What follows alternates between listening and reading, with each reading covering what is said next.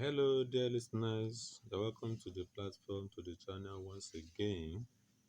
And today we want to continue the topic that we started, and that is the Song of the Women of My Land, written by Omar Farouk Sese. And today we are going to look at the poetic devices and the poem. The first one on the list is presentation technique. Omar Farouk Sese presents the songs of the women of my land in the personal technique. That is, he is directly involved in the storyline of the poem, and this is noticed in the poem when we have the phrase "my land." It means it's part of the particular land, and it is in turn signals that the great empathy from the poet to the challenges faced by the Sierra Leonean women folk is not unnoticed. So that is the presentation technique, the involvement of the poetic persona as pertaining to the poem itself.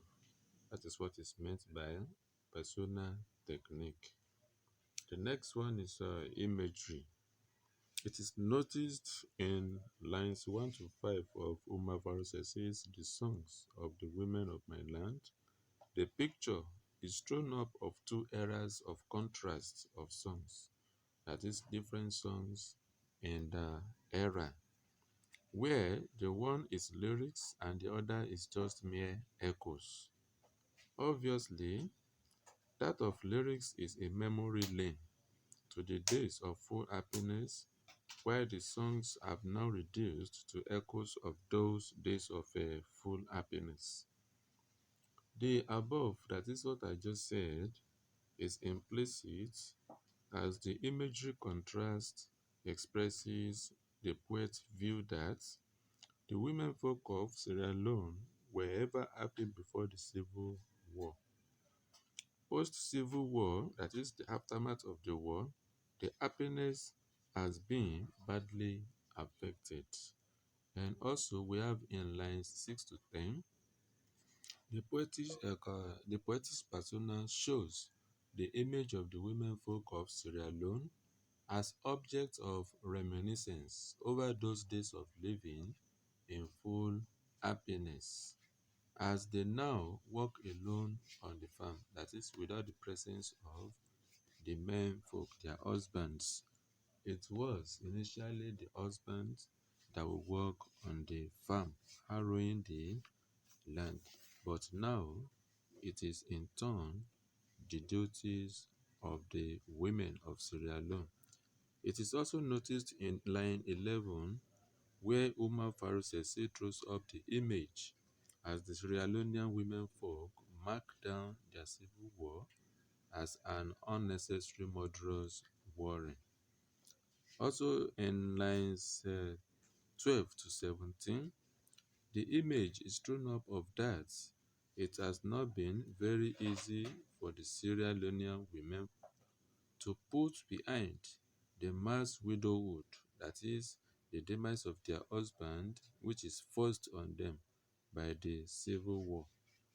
The poetic persona in lines 18 to 23 again paints the picture of the harrowing living condition that is now the women folks' lot in Sierra Leone. And finally, in lines 24 to 25, the picture is painted of abandonment of the rural areas, as if the ghosts of the war victim, that is the victim of the war, their ghost, as if it hovers around the place. That is in the last stanza, 24 to 25. Through the diction used by the poets, it shows the image as if the rural areas of Sierra Leone are abandoned, as if there's something chasing them from the places. That is about the imagery and the poem, and the next is a tone. The poetic persona crafts this poem with diction that arouse piteous feeling for Sierra Leonean women. So the tone in the poem is evocative. The choice of word evoke pity for the women of Sierra Leone. The last one is a mood and as pertaining to the choice of words used by the poets. In the poem, which is evocative of empathy and thereby the mood of the poet at that moment of time is pathetic. That is, he has feeling of pity for the women of Sierra Leone.